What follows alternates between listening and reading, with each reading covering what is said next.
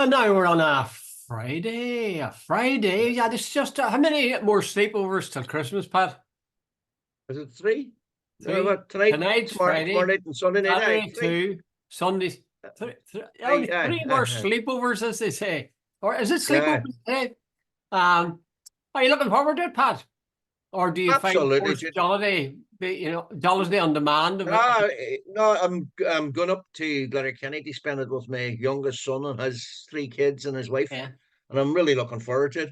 My Uh, wife's looking forward to it too, and the fact that she doesn't have to do the cooking this year. So, and my other son lives about, as the crow flies, about 100 yards from oh, brilliant. the son. So we'll probably drop round to them as well. So and my wife, the strictest orders, she says, to confine my drinking to a couple of beers because she wants to come back down on Christmas Day, Christmas evening to watch Vera. That's her priority. Yeah. There's something else on Christmas night that was advertised, I think, on RTE. Oh, yes, it was Belfast. That's going to be there. By the way, Jude, I watched that the other night, and it is quite a good film. Yeah, it is. I watched it on Thursday. I think what's it? No, this is Friday. No, it was Wednesday night on I think BBC. Jim, what do you call him? Jimmy Dornan and what do you, I can't remember who else, but it's Sir, what's his name? What do you call her? Dame Judi Dench. Behind it all is that guy. What God Almighty, names is shocking, but the guy was from Belfast and maybe. Sir, what do you call him? Jeez, I know who you mean. Sir something. The guy, it's Kenneth Branagh. Kenneth Branagh. I tell you the truth, Pat. I may watch it, but I may not. I don't know why it is. I pull away from that somehow. I have this preconceived idea in my head that it's going to be a slightly why couldn't they all get along together sort of theme.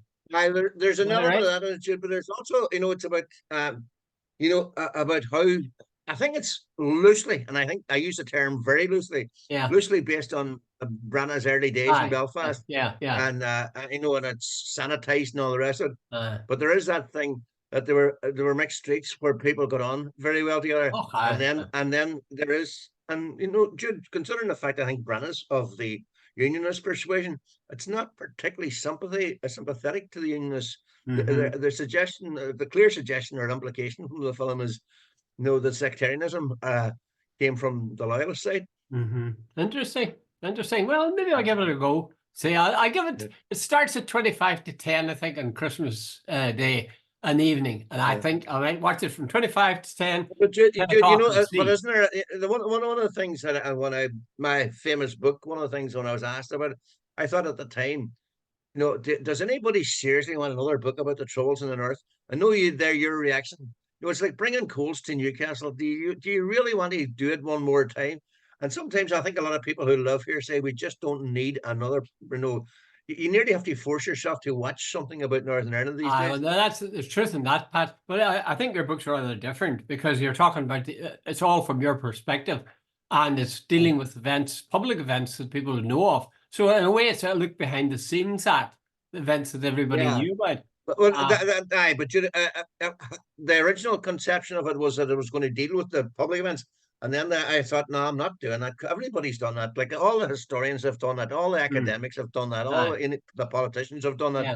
Yeah. Here, I went down and said, right, how about personalizing and saying what was happening behind the scenes, and that was my route into it. Yeah, I thought it was. Yeah, that was a very good idea to look at the public figures. And give what you knew about them or what you thought of them or how you interacted with them. Yeah. I thought that was very good. And then on occasion where you went off on your own and you said, for example, about Rosie's sister. Well, that was very moving. The whole, I can't compliment you enough on it, Pat. I think the whole thing was presented in small, bite-sized pieces, and I just think it's very good. I think it's very good. If anybody wants a copy of it, all they have to do is Buddy Waterstones and Derry or Columkill Press and I think it's Little Acorns and Foil Books and Bookmark and Letterkenny. How am I doing so far? You're doing very well. And listen, I'm just wondering, would the Waterstones in Belfast take it? I'm not sure. Somebody goes into them and asks for it. They could shift some copies up the road. I'm sure. Well, I'm sure if people go and ask, I'm sure they do that. Okay, let's move on to less personal matters and more pressing public matters. What do you want to start with? You want to start with Jeffrey, or would you I rather? think Jeffrey, Jude, I think we're definitely at the crossroads now in Northern Ireland. Yeah. Hey, I'll ask you what you think before I start messing on. Well, Pat, if you'd been listening, when I spoke to you about 3 months ago, I explained the whole thing, and I said, what will happen in the autumn? All right, so it didn't happen in the autumn. It'll happen in the new year sometime. Jeffrey will hang around. He'll get some sort of fig leaf from the British government, and this is a fig leaf in the form of folding money, and he'll come back. So what he's trying to do is squeeze out a few more bob. He's pushed them up from 2.5 to 3.3. What'll happen is that'll be rounded up to 3.5 or something like that, and about February, maybe Valentine's Day, he'll come back, you know? That'll be my guess. What do you... No, you see, I've been watching some of it on social media. Yeah. And last week, what do you call him? Jim Alistair said he was not behind it, but he said he was aware that some maybe members of the TUV were involved in that poster campaign. Beware of DUP sellout type thing and so on. Yeah. And then you sort of watch Jim Alistair and Jamie Bryson. You know, like, by the way, when those two, one's got brains, I don't know what the other has, but you know, you sort of say, if these two are leading, these absolutists, if they're leading loyalist opinion, I'm sure Mary Lou McDonald and Michelle O'Neill and any of the strategists and Sinn Féin must be clapping their hands, because I genuinely believe this. I'm not saying this just for the crowd. I honestly believe they're doing more to help nationalism than any nationalist has done in a long time. No doubt about it. It's very simple. You can see the Brits are totally pissed off. London is pissed off on steroids. You know, and you can nearly feel it. Look, go on, just get rid of those people. You know, the days of, you know, the Battle of the Somme and the loyalty towards unionism, that is so far gone. And I think Jim Alistair and these guys still think that the same, you know, criteria applies in 2023 that it did in 1923. Okay, well, here's a question for you, Pat. If Jeffrey was to go back in, as I've suggested, with, you know, a couple more quid in his pocket for the public from the British government, what do you think would happen? Do you think the unionism would splinter? Would Jim? I think it will, but I also think a lot of unionists, you know, are of the opinion if the DUP buy the deal, they'll go. They're not in exactly a strong position to say anything else. It's the UK government. Like, who was it? Doug Beattie said the other day that people like Bryson and Alistair were basically Ulster nationalists. He says they don't seem to want to obey the rules of the British government. They don't. It seems to be that they want everything on their terms. Well, Jude, they seem to ignore the fact that now that the Catholic nationalist population is the larger population, they seem to think that they can call the shots, that they can sort of decide for all of us. Jude, that day is definitely gone. And right. That day, you know, as I'm repeating myself, the days of, you know, unionism being, you know, the majority community, you know, the hegemony of the unionism, Jude, that day has gone big time. But you see, the problem is you have to have DUP back in Stormont in order to have an operating government. But he's in a class stick because he knows that while he might want to get back, Alistair has put his claim, and Jimmy Bryson, etc., have put their claim so, what would you say, totally. No going back, no going back, no going back, and no sea border, etc.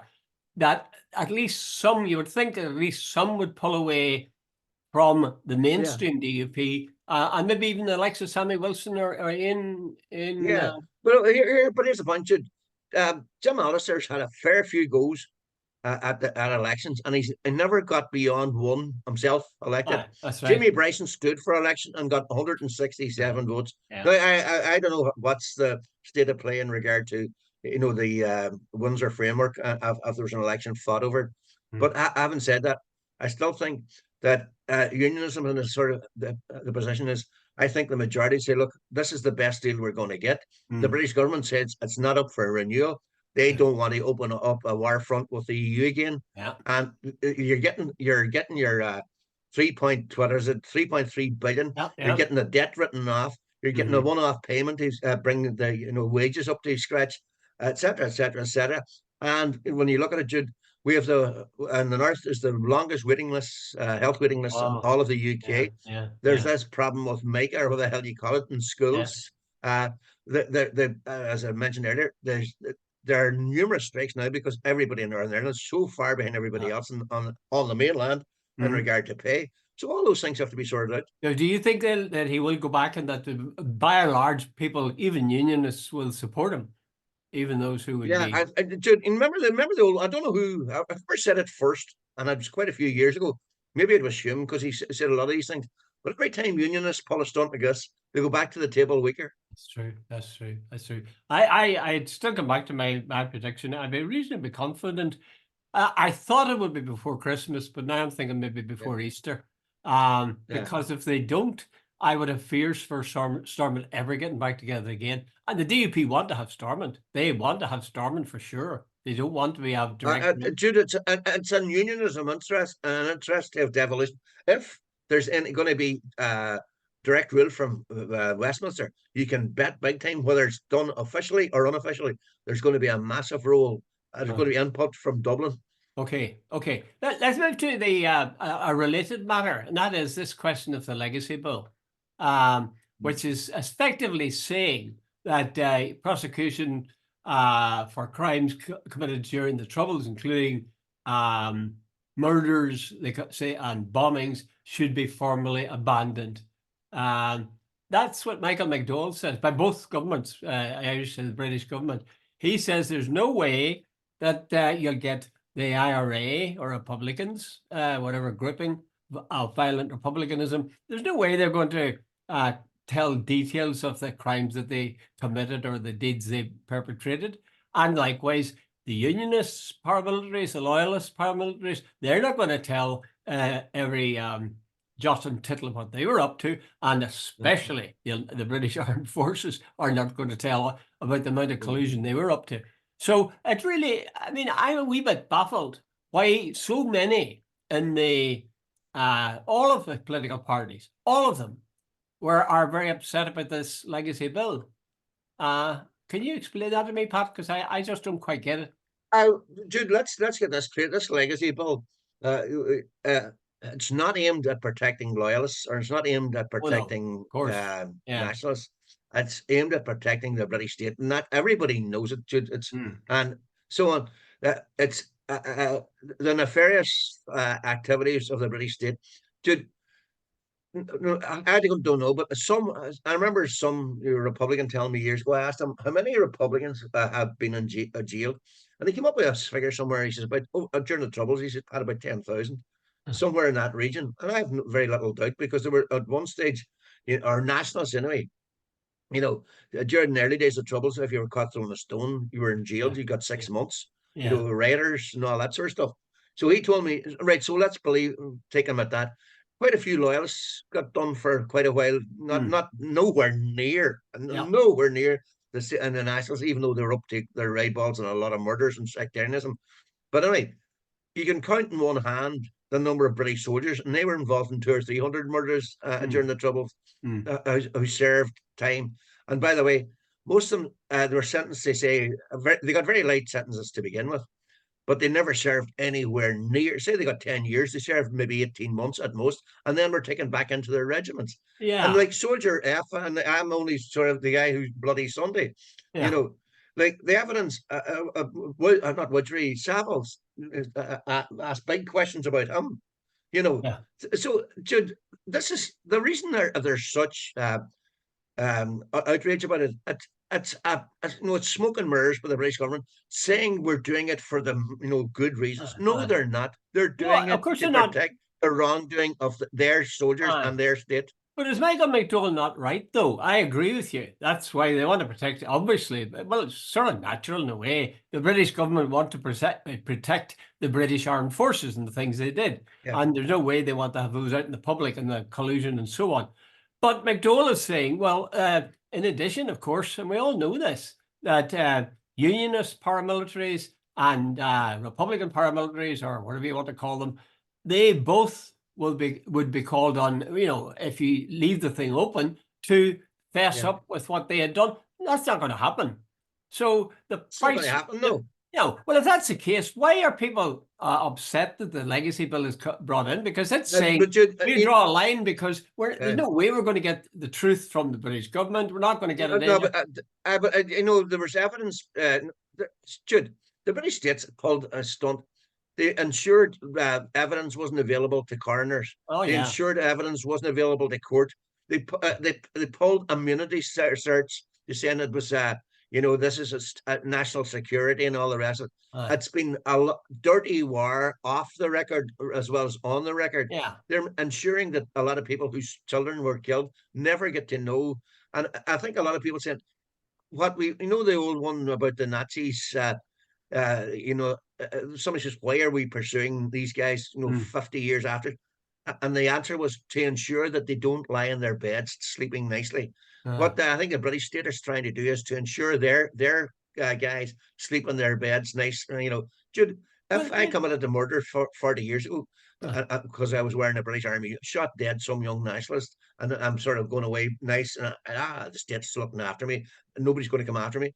You can sleep in my bed nice. I think the whole idea to ensure that nobody sleeps in their bed comfortably. Yeah, but come back to McDowell's point. Now, it's not often I agree with Michael McDowell, but it is a fact that if you're going to have legacy cases and you're going to have Soldier F or whoever speak up the truth about what happened, and the British state speak up the truth about what happened, likewise, loyalist paramilitaries and Republican IRA or INLA and so on would have to also do the same thing. And they're not going to do that.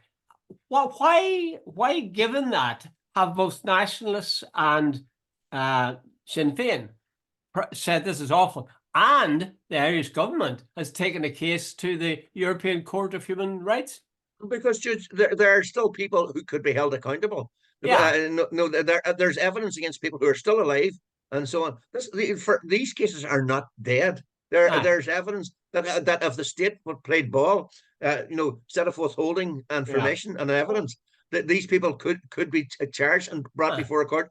Now, not all of them's 50 years ago. Some of them's 30 years ago. Some of them's 20 years ago. It's not that. No. But why does the Dublin government has it taken this sort of fairly rare step of taking a case against Britain for doing what they're doing, for trying to pass this legacy bill or enact it? I think that the Dublin government feels probably under a bit of pressure because of the anger about it. They know what the Brits are at. That this is not about fair play or equity or any human rights or anything else. This is the British state, and they know that the people of Ireland know they're doing this. Like by the way, the Stormont House Agreement in 2014, if I remember correctly, it was agreed that legacy cases would continue, and that was agreed between Britain and Ireland. Boris Johnson then, at election, we will not hold our boys accountable. For after Iraq, when and some of the behaviour of British troops there, was given a carte blanche. Remember, I think one our boys will not be held responsible for anything they do. But that's exactly it. These things happened to the Israelis out in Gaza. The soldiers are basically being told, what you do, murder around you, we will not hold you accountable. Well, that's my point. That's my point. What is the point in the Irish government taking this move to bring them to the European Court of Human Rights? And because even if it's only, but hold on, even if it's only symbolic, even the whole thing, it's about accountability and about transparency. That's what it's about. That no state, you just don't kick the can down the road to ensure that your boys get away with something. And that's, I know 50 years, it's all right. Hey, we murdered somebody when I was 20 and I'm 70 and I'm grand. The whole idea is about accountability and about that a state, you just don't get away with it. Okay, can I ask you two related questions? Do you think that the Dublin Monaghan bombing will be part of this legacy investigation? If they can push aside this legacy bill, do you think that'll be part of it? I did it right, Jude. Well, there you are. You see, it's not going to be transparency. I'll answer this with. Go ahead. I also, there was a friend of mine who was a very well-known unionist, And he told me that the British state was up to its eyeballs in it. He says loyalists couldn't drive a nail into a board. He says that was carried out by, I know, Secret Service, like MI6 or what the hell you call them, I don't know, and so on. This guy was no, let me assure you, no Republican. He said that was carried out by the British state.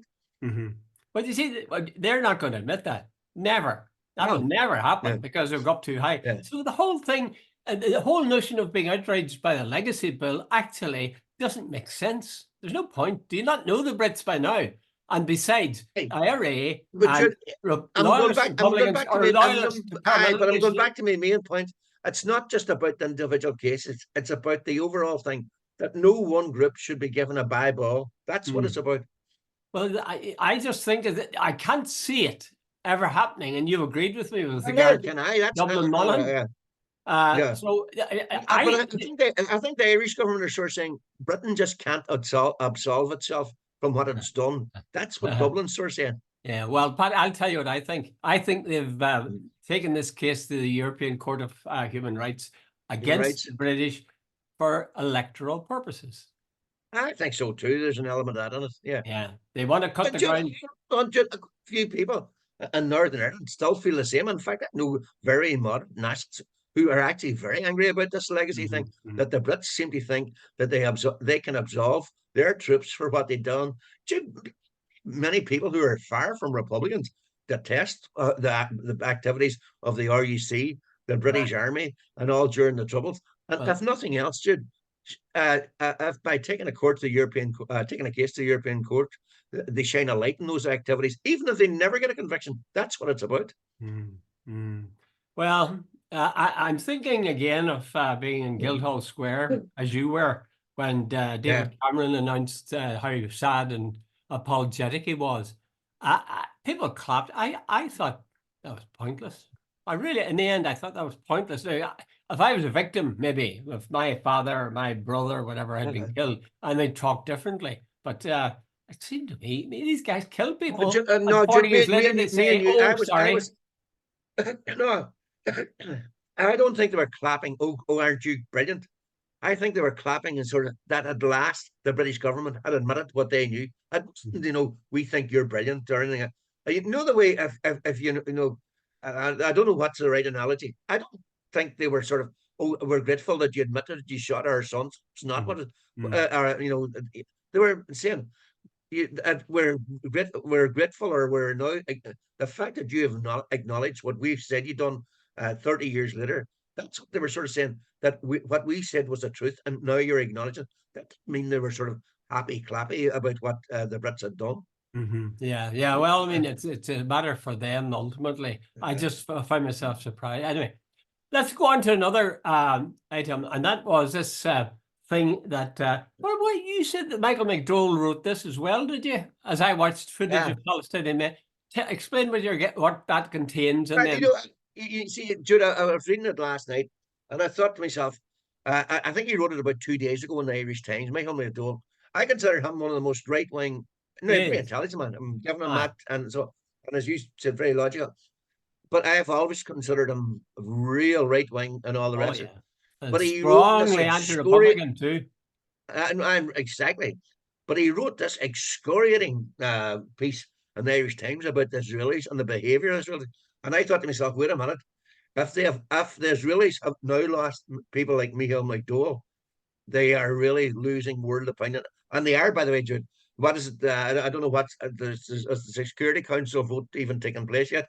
But the Americans are sort of isolated. But anyway, McDowell said to refer to the piece concern, he said he saw these images of young Palestinian men stripped to their underwear, blindfolded, hands tied behind their back, and so on. And he said, obviously, the Israelis didn't realize it was being filmed by somebody and then released it. He says it soon disappeared, but he says it was up on the screens or social media long enough for people to see it. Yeah. And he says, I thought to himself, where have I seen images like this before? And he says, I realized in Eastern Europe in the 1940s, when grainy footage of young men, the Nazis had captured and all the rest of it. And he's basically saying that what's that? He says the government of Israel, Netanyahu, and all the rest should be, well, I don't know, I'm putting words in his mouth here, should be regarded as a war criminal for what's going on in Gaza. Oh, Jude, it was an unbelievably strong piece. well, you see, it's only really confirming what we see night after night after night. And Yeah. I can't think of anybody who, having watched the news, would then say that Israel's doing the right thing. I mean, this rubbish about, the Hamas using the civilian population as It's a not human shield. shields, Jude. What Oh, nonsense! Jesus, that is What so nonsense! ridiculous. Jude, if a resistance movement lives in a place about the size of any Shoan in Donegal Yeah. Peninsula, and Mm. there's 2.3 million people, where are they going to find the open space so they don't, if you're going to resist the occupation like this, and it's almost like Hamas has no right to use where they live, because they should come out and fight us like men. They fight them, an army that's supplied by weapons by America, that has got nuclear power, that's got an army, a navy, and an air force, Mm. and they have none of those things.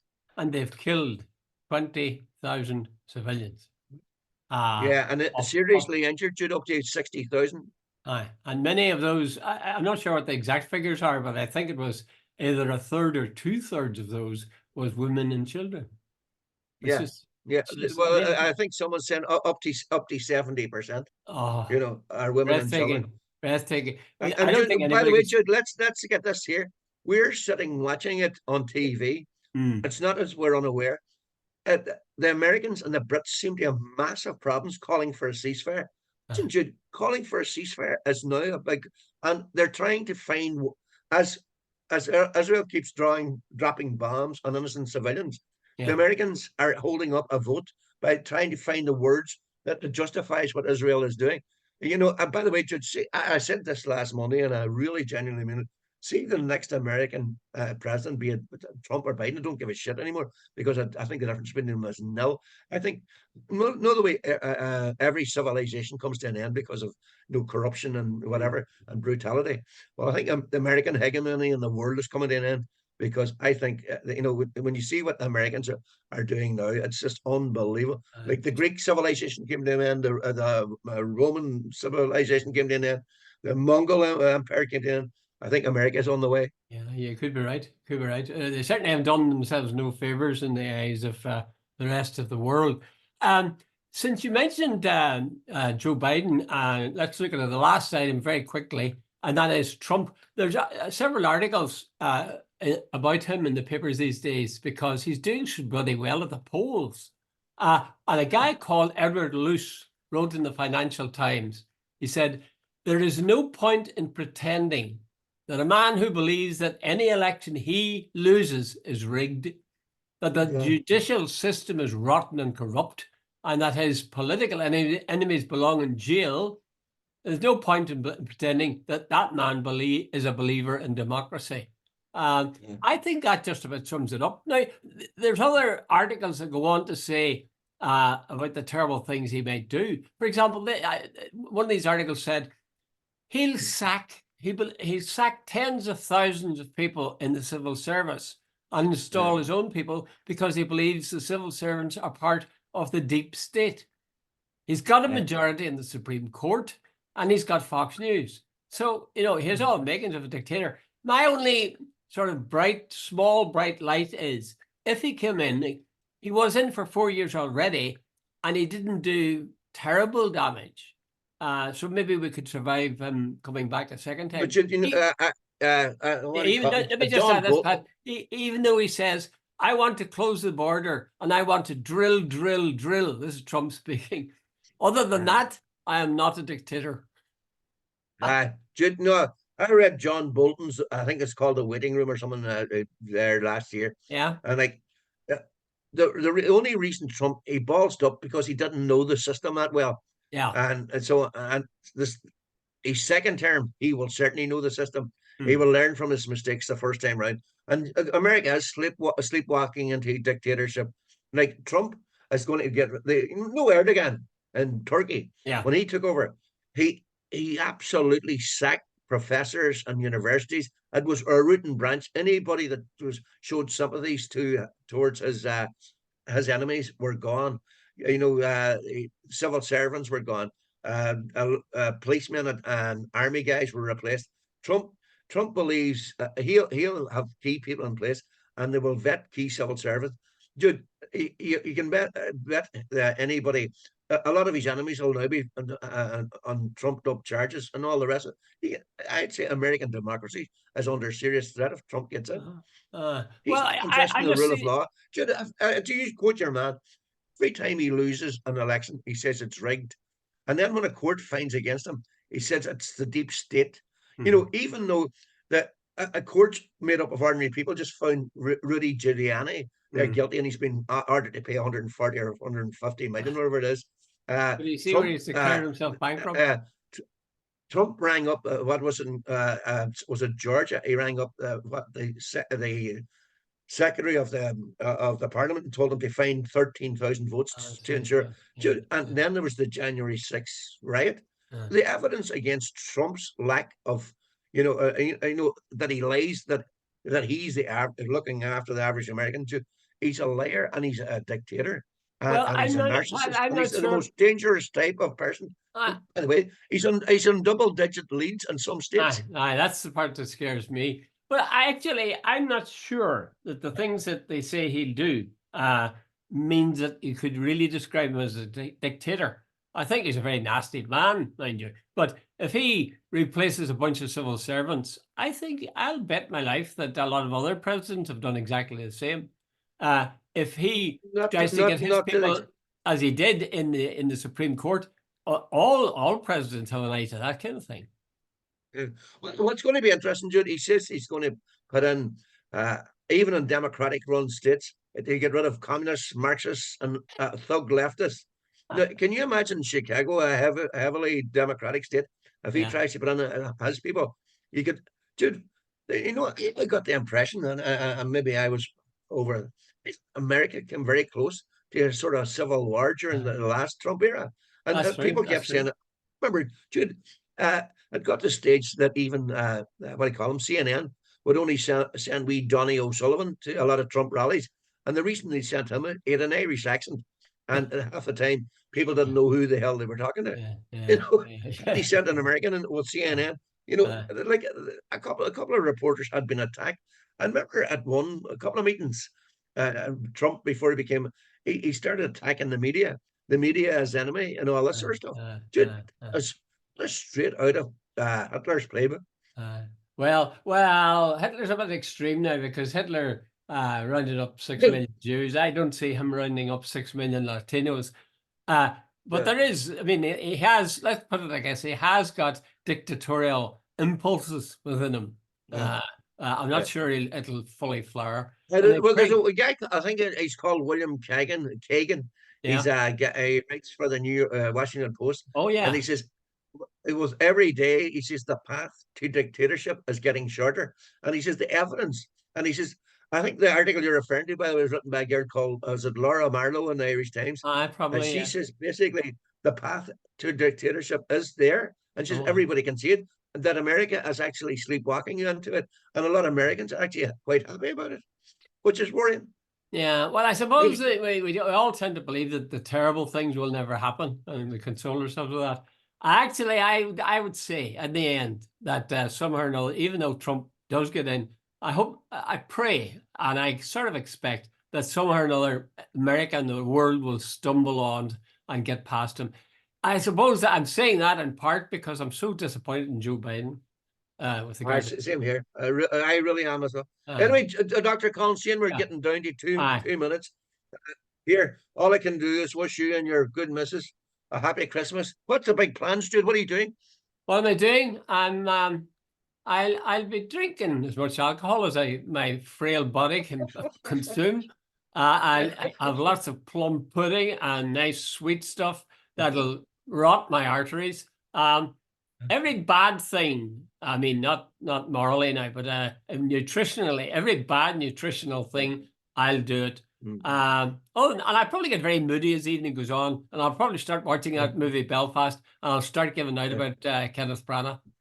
What about yourself? I'm not asking your kids. What is it? There's 3. Is there 2 in London and 1 in America? Is that it? No, there's 3 in London and 1 in America.